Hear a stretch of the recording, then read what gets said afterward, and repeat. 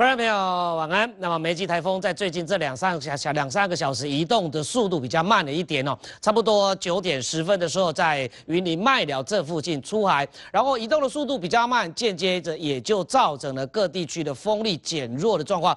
会比较延后一些，大概要等到今天的半夜风雨减弱的状况就会比较明显了。先来看一看今天我们台湾这边的降雨，主要的降雨分为2大块，一大块在北边，一大块在南边。北边的这边主要的降雨是在今天白天的时候所降下来的。那到了今天傍晚过后呢，中南部这边大概浊水溪以南降雨明显的增多了。当然雨量比较大的绝大部分还是集中在白天的时候所降的雨量，在这个宜兰、台中、花莲、桃园、新竹都有500多、600多到900多。不过呢，北台湾山区所带来的降雨，在今天的傍晚过后，明显的是减缓了。雨的现象呢，今天减缓，但是风力的状况有些地方都还是蛮大的哦。到了现在呢，雨势比较大的还是集中在南部。我们看到最近这2个小时呢，晚上的7点到8点的时候，雨量比较大的地方，屏东、台南。屏东还有这个高雄、云林这一带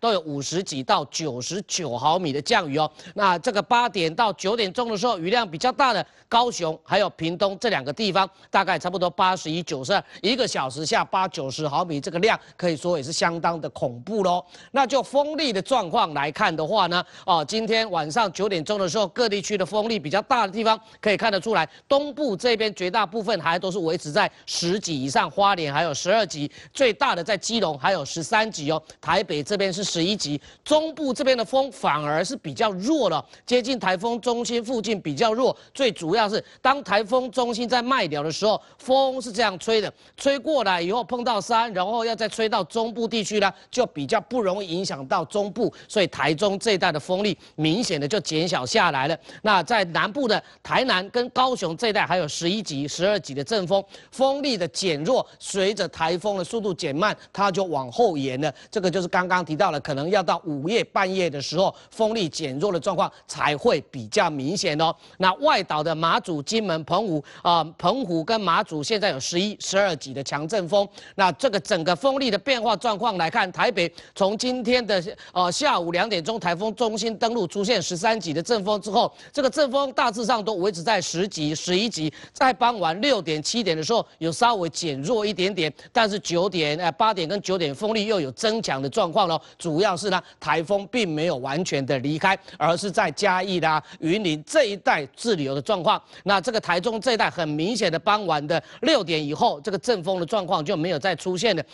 阵风要到达6级以上才有是叫做阵风，6级以下就不把它归类在阵风里面。那至于在南部地区的情况呢，大致上来讲呢，今天傍晚以后都是维持在11级、12级、11级，这个是高雄阵风的状况。那至于今天出现最大风力的苏澳傍晚今天下午2点，台风中心登陆出现了17级的阵风，紧接着这整个风力的趋势是有往下降的状况，这边就比较明显了。那至于说这个台风的位置、未来移动的状况今天的晚上9点10分在云林麦寮附近出海以后，未来呢还是会朝着金门这附近再接近哦，速度呢会回到原来的速度，大概可能就每小时的接近到20公里左右的速度，再往着这个金门的方向移动。一旦恢复到原来的速度之后，代表中心会离台湾这边越来越远哦，所以也就半夜之后，各地区的风雨应该就会有比较明显的减缓下来了。所以还要在这种风雨比较大的状况呢，可能还要再撑个2、3个小时。特别是南部地区现在雨势比较大，大部分地区的雨是减缓了，剩下风力的部分。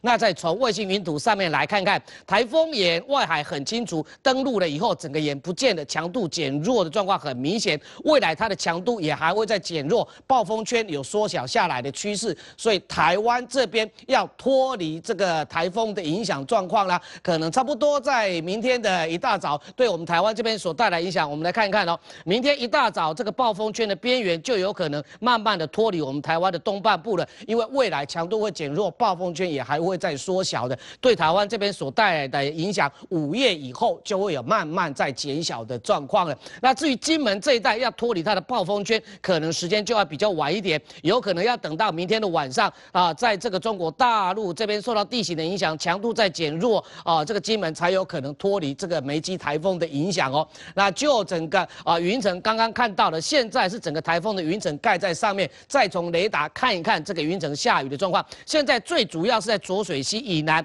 啊，因为台风的中心在这里几乎没有什么动，所以在这边云层就一直甩进来，一直甩进来，这边的雨才下的比较大。那台风中心在这附近的时候，风是这样吹的，要影响到中部，又碰到中央山脉再过来，所以中部这边的雨势就比较大。那至于北部呢，整个大环流绕一圈以后再进来啊，这个顺着地形偏东风比较容易灌进来，就造成了北部、东部现在的风力还比较大的状况哦。所以呢，台风移动的速度比较慢，风雨减弱就要比较延后到半夜咯。半夜之前大家还是要注意的哦。